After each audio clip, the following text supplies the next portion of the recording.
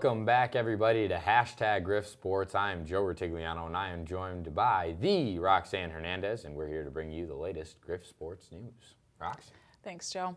We'll have a great show lined up for you today. We'll recap all the weekend's action, including yesterday's women's basketball Battle of the Bridge with Niagara. Also, we'll have an interview with cross-country and track coach Nate Huckle, courtesy of Brett Deneve, and we'll have our always reliable John Langley on set to talk about the Griffs men's basketball matchup with Quinnipiac tonight and Billy Barron's NBA prospects. But let's get straight to the action, Rox. Men's basketball defeated Marist 78-65 with Billy Barron, Chris Perez, and Chris Manhertz being the top three scorers for the Griffs.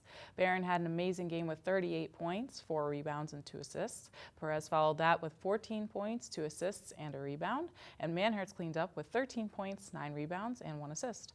This past week, it was really special for the Griffs, not only for finally beating Niagara at home, but now they're officially ranked 22nd in the collegeinsider.com rankings. Also, big news for the senior guard yesterday. Billy Barron was named MAC Player of the Week and named the Lute Olson Award National Player of the Week by collegeinsider.com for his back-to-back 30-plus point games. He averaged 34.5 points, 3.5 rebounds, 2.5 assists, and 2.5 steals per game last week. We'd like to say congrats to the Griffs and Billy Barron on the amazing achievement. Coming up for men's basketball, they have a big matchup for first place against Quinnipiac in Hamden, Connecticut on Thursday. And on Saturday, they'll finish their small road trip against Fairfield in Bridgeport, Connecticut. Having the only win against the conference-leading Mercyhurst Lakers, the Ice Griffs had some much-needed confidence as they took on their conference rivals again last Thursday night. This game was a defensive struggle until the latter half of the third period when the Griffs took the lead on a goal from Kyle Gibbons. However, that lead would not last. Mercyhurst would tack on the tying goal just moments later and then the go-ahead goal shortly after that to give the Lakers the lead, as they would eventually add an empty net goal that would seal the victory. But on Saturday, the Griffs would travel to Mercyhurst, and what happened, Rox? Joe, they didn't just win the game. The Griffs had not 1, not 2, but 7 goals to win the away game, 7-4. Leading the Griffs in the contest was senior forward Taylor Law, who had 2 goals. Also contributing in the scoring were freshman Jeff Fortman, sophomore Ralph Kademi, junior Doug Jesse, and senior Kyle Gibbons, who all had 1 goal apiece. Speaking of Kyle Gibbons, the senior forward is being nominated for the Hobey Baker Award, which is given out to the nation's top player. Fan voting is in fact included in the decision on who gets the award, so if you want to see your guy Kyle Gibbons get the award, here's how to do it. You can go on to hobeybaker.com, go to the awards icon and click on Place Your Vote Now. You'll see a list of players, just find Kyle Gibbons and click on Vote. It's that easy, so get out there and show your support. And while you're off clicking, men's hockey will be on the road Friday and Saturday in Springfield, Massachusetts to face AIC in a 2-game series. And the women's basketball team traveled to Niagara last night in a big Battle of the Bridge showdown, but unfortunately, they could not come away with the victory, dropping this one by a score of 69-60 in favor of Niagara. The Griffs were led by Tiana Mills with 12 points and 7 assists, while Jamie Ruddle, Courtney Van de Bovenkamp, and Kayla Ho'ohuli all chipped in with 9 points. And so, with a new sport in town, we thought we'd send over Brett Deneve, our correspondent, to sit down and talk with head men's track coach and head men's women. It's official. Canisius has a track team competing at the Division I level. I got together with head coach Nate Huckle on the subject. Although this is recent news for most around campus, he has been thinking about this since day one. It was something that was always in the back of my mind as far as providing the opportunities necessary to have a successful Division I cross-country program, and it was something that really came to fruition over a year's worth of hard work on my part and also on the part of the administration here. They've been very supportive, and it's something where they want to field the best teams possible, and they know that this moving forward is going to help our cross-country team significantly. Already having claimed 4 school records, Coach feels the team is in better shape than ever. Yeah, we're in a great place right now. I mean, we've been back on campus for almost a month. We've had 3 competitions. We're in a lot better position than we were last year in our training and racing coming into this point of the winter.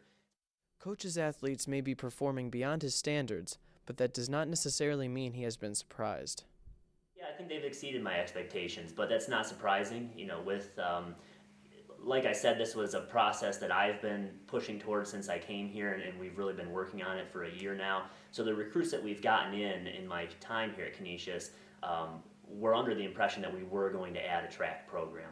And so these are high-level recruits. We've got multiple-time state champions. We've got national meet qualifiers. So we have the talent on campus right now to be very successful as a distance running squad. So while they have exceeded my expectations so far, I'm not necessarily surprised. It's a very high-level group of athletes, and they're rising to the occasion, and they're taking advantage of the opportunities that myself and the administration are providing for them. Huckle will remain head coach of both men's and women's teams, but has enlisted what he believes to be enough helping hands for the seasons to come. And I do have an assistant coach who works with me very closely. We have a volunteer assistant coach this spring, and we're looking at possibly adding a grad assistant position as well. So for the athletes that we have, the numbers that we have, trying to get the team up to about 40 to 50 athletes total year-round, those coaches will suffice very well for providing the leadership and the guidance that the student athletes need.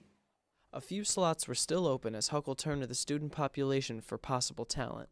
He received a wave of responses and filled 3 places on both the men's and women's teams. We were looking to just round out our roster a little bit, and this also provides great opportunities for the student body. And that's one of the things we're always trying to do at Canisius is provide better opportunities, better student experience. And so I reached out to the student body to see if anybody had track experience and would be interested in coming out for the team and filling out a few extra roster spots. We did have a significant amount of interest. We had nearly 40 people email me, and I think probably about 3 women and 3 men will end up joining our roster and taking advantage of those opportunities. Coach finished by talking about some of the ways friends or fans of Canisius's runners can support in the future. Well, I'm guessing that most students wouldn't be eager to get up at 6 o'clock on Tuesday mornings and join our hard workouts over in the cemetery or in Delaware Park. But it's a great opportunity. Every fall we're going to host the Canisius Alumni Classic cross country meet, and so that will be somewhere around mid-October next year. So it's over in Delaware Park, just a short mile away, and it'll provide a great opportunity for the students to come out and support our program. We also are a very regional track program, so we'll be at SUNY Brockport, we'll be at RIT, we'll be most local areas for our track competition. So if people feel like taking a short road trip out to see friends at a neighboring college, they can always stop in and check out the track meet as well. I'm Brett Deneve reporting for #Griff Sports. And that was just our correspondent, Brett Deneve, who sat down with head coach Nate Huckle talking about the Griff's men's and women's track programs. Coming up, we'll have John Langley on the show as he will talk about the Canisius-Quinnipiac big basketball matchup tonight and talk about Jeff Bauer's thoughts on Billy Barron's NBA future. We'll be right back.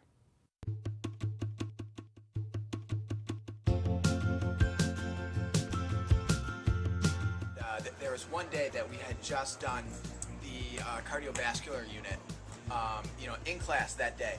And then right after class, I went over to the Vascular Institute, volunteered, put the scrubs on. And one of the doctors asked me if I wanted to see an open heart surgery. And so I said, yeah, really? Sure.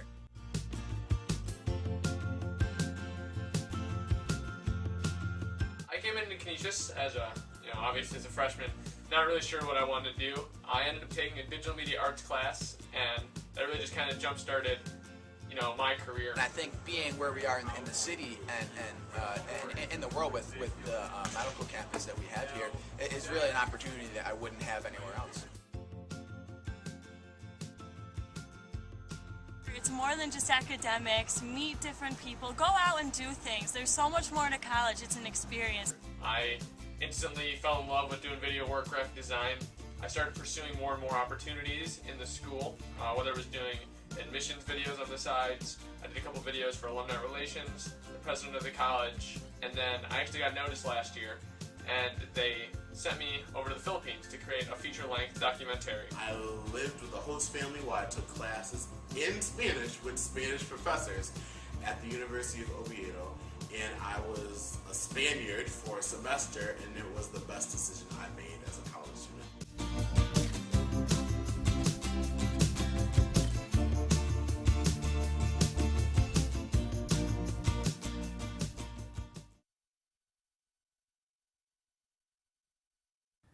And welcome back. We have John Langley here, our always reliable men's basketball analyst, you could call him. John, we're talking about the newest MAC team, the Quinnipiac Bobcats. The Griffs travel to Quinnipiac tonight to take on the Bobcats, who have been tough. They've beaten Manhattan twice, and they are vying for a top spot here as we get closer to March. What can you tell us tonight about this matchup? Well, Quinnipiac's one of the toughest teams in the MAC. They bring a toughness from the NEC that the MAC doesn't see. You know, you see Iona, they don't rebound that well. Niagara doesn't rebound that well. Canisius doesn't rebound that well. Canisius is averaging around 32.9 rebounds per game, which is in the 200s in the country. It's really, really bad. But what does Quinnipiac bring? A top 2 rebounding team. They play tough defense. They crash the boards. They're not big. So, and they really don't shoot the ball that well. What they do is they crash the boards, they get the rebounds, sorry about that, and they put up their layups, they get the steals, they do the little things that win the game, rather than a Canisius who will shoot the lights out and win the game that way. Right, and you know, another thing I think that we realize for this game, which has kind of been a weak spot for the Griffs all season long, is the big men need to play very well in order to, well, maybe not very well, but they need to play well in order to really keep the Griffs in this game, because I think one of the biggest things for the Griffs has been big man consistency, which we haven't really seen. Obviously, Chris Manhertz was hurt before the season started, kind of getting in there, so that was a slow start. And Jordan Heath's more of almost like a swingman type guy, although his height is misleading. But that's something that's going to be big for this game, and keeping those guys out of foul trouble. Phil Valenti and Kevin Bleeker and Josiah Heath, they're going to be huge off the bench. Yeah. So I think that's something we need to watch. And especially, you've got Ramel Brown, who's the top rebounding guy. Well, maybe not top anymore, but he's the top defensive player in the MAC. Ramel Brown of Manhattan was almost not worth anything against Quinnipiac because they do such a great job defensively with their big men. And that's going to be something huge for the game tonight.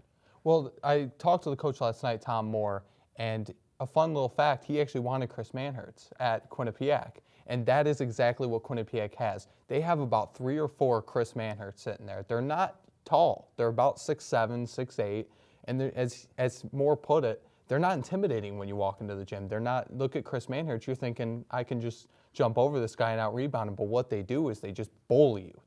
They're big, strong, and they're scrappy, and that's exactly what Chris Manhertz is. What Jordan Heath's going to have to do is he's going to have to get scrappy down there. We know Phil Valenti's scrappy. Right, of course. Josiah's going to have to get scrappy. Kevin's going to have to get scrappy. You know, even Zach Lewis, Billy, Chris Perez, they're going to have to get scrappy in this game because that is what Quinnipiac is, and that's how they win games, scrappy. Yeah, and one thing I want to go back to really quick that you said something, what was the word you used? That you wouldn't be that intimidated of Chris Manhertz if he came into the gym. I just want to clear something up. I'm very intimidated of Chris Manhertz. As am I. All the time. However, you know, I think one of the biggest things for this game, though, is guard play. Honestly, not necessarily a matchup nightmare for the Griffs. However, the big men need to play well, and the guards need to play well, obviously. However, it's going to be which team with the advantage. So the Griffs have the guard advantage without a doubt, but Quinnipiac has the front court advantage. Which team's advantage is going to be bigger and ultimately present a winning effort? Is it going to be Quinnipiac's front court that wins the game, or is it going to be Canisius' backcourt? Well, I'm going to put it this way, Joe. Billy's going to get his 20 to 25. We all know that. He always finds a way. Zach Lewis, we don't know what he's going to give you. He might give you 10. He might give you 4. Perez will probably give you around 10. With that being said, Quinnipiac is consistent. They're very consistent on their front court. So I'd say Quinnipiac definitely has the advantage right now in that regard because they're going to give you the rebounding, they're going to give you the blocks, they're going to take the charges, they're going to be tough. And we don't know, aside from Billy, what are we going to get from Zach and Chris Perez tonight? Right, and if Zach Lewis and Chris Perez play well, there's a pretty good chance the Griffs will. I mean, it's going to be a competitive game, but we'll see what happens. Now, John, Marist head coach Jeff Bower was a general manager in the NBA with the New Orleans Hornets, now known as the New Orleans Pelicans, and was a head coach for the New Orleans Hornets in 2010. So What did Jeff Bower have to say about Billy Barron's NBA prospects? Well, he was a little general. He talked about the process, and he said no NBA team has their board really working at this point. But he had some interesting comments, and as I said in the post game after the game, Jimmy Patsos got this kicked off earlier in the year. He's the Siena Saints head coach. He's formerly of Loyola, Maryland. And he said Billy Barron's an NBA player. There's no doubt about it in his mind. Well, what Bower said was he definitely feels like Barron's going to be ahead of a lot of people. He's going to set himself apart because he's one of the most overall sound players in really not only in the MAC but in the country. You know, getting the Lute Olson Award really shows that he's getting the national recognition. So Bower really went in a little bit of detail, but it was still broad, and he talked about just how Barron's going to fare very well. And once the NBA scouts really start looking, just on Sunday they had the San Antonio Spurs scout there. He's gonna set himself apart, and Bower is very complimentary of Barron, and it's no surprise anymore. Well, and at this point, you know, you look at all the accolades and everything that's really come from Billy Barron's play, and we talk about the 30-point games, and we talk about the 38 points and everything like that. Something to realize here, and I believe it was, it might have been, it was one of, I think it was a CBS Sports guy, was watching the game on ESPNU. It was the Iona Canisius game. I think it was Jeff Borzello. And he made a comment that Billy Barron doesn't exactly force things.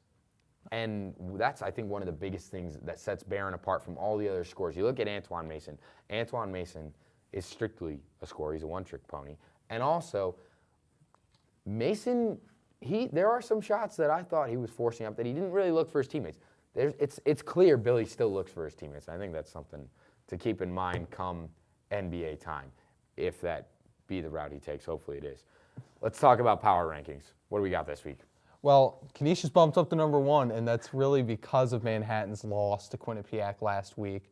Manhattan still really might be the best team in the MAC right now, but right now it's Canisius, no doubt. Quinnipiac goes to #2, and while Iona's second in the standings, I still think Quinnipiac's a better all-around team than Iona. Iona's just going to try to shoot you out of the building. And Manhattan actually plays Iona this week, so that'll be kind of interesting to see how that sorts it out, and they're #3. I think actually Iona and Manhattan play tonight.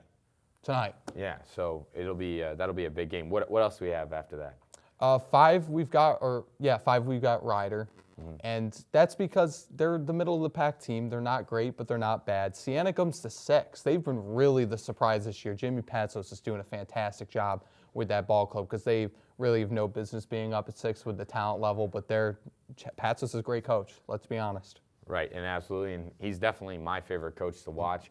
And how's the rest of the MAC fare? Well, 7, we've got Monmouth, tough team, but still not there. Marist is up at 8, ahead of St. Peter's, who's at 9. They're both 3-7. Niagara's 3-7 in the conference. They're at 10. And Fairfield is 1-9 in the conference. They're at 11. They're really, and their one lone win comes against Manhattan, which is kind of crazy. Crazy. All right, John, thank you very much. Always insightful.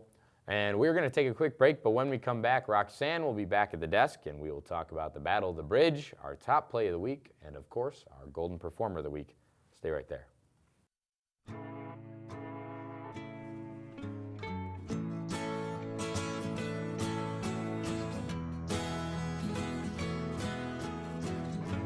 Wake the sun, tell him that I've begun to dream of things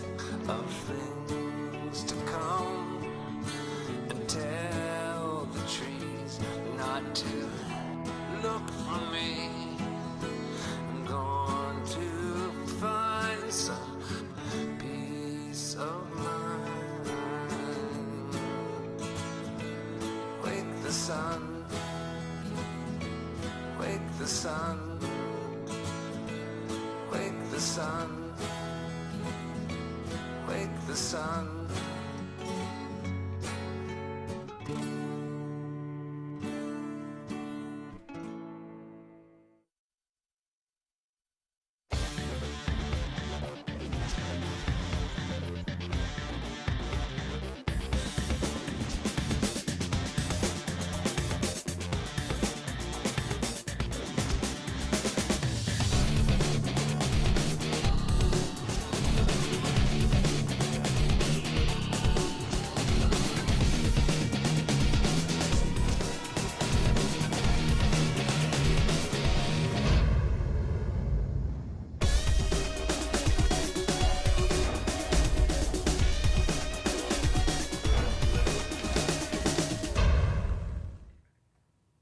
And we are back. Roxanne, what do you got for us? Joe, last night, Niagara closed the gap on us in the Battle of the Bridge. With that win in women's basketball, so the count is now 8-7. Canisius in the lead. Should we worry about Niagara taking that Canal Cup? Honestly, not really. Last year, Niagara was in the lead at one point, 10-5, and Canisius was still able to pull out the victory. Also, one of the biggest things is that swimming and diving teams, they play a really large role come MAC time. They pick up a big 4 points if they sweep, and that really plays a huge role in the dominance of Canisius. Also, our spring sports have been really well-rounded and play very well. Golf typically comes in ahead of Niagara. Baseball's been able to sweep. Women's lacrosse wins. So that's something to keep in mind. If men's basketball or women's basketball pulls out a win here, we should be all right, I think.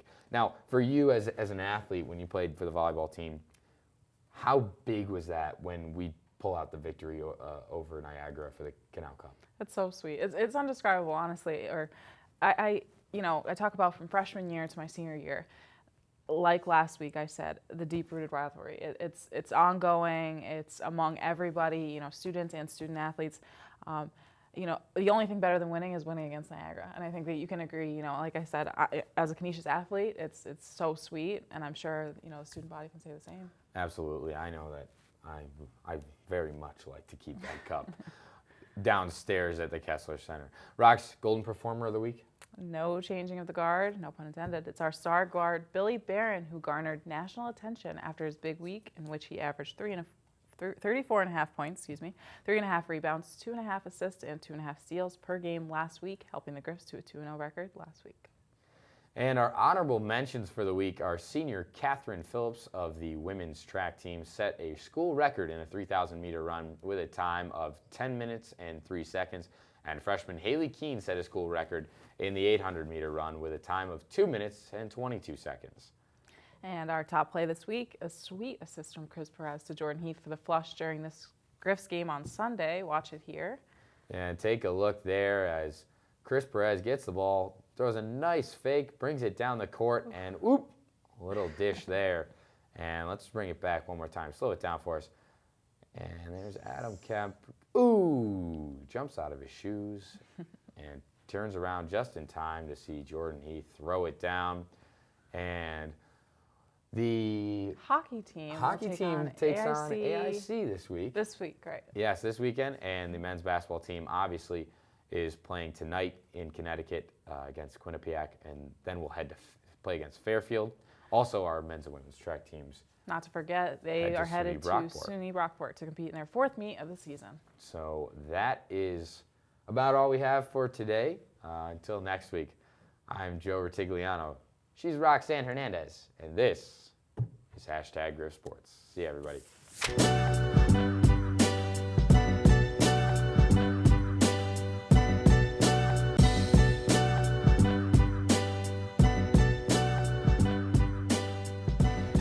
That's fantastic.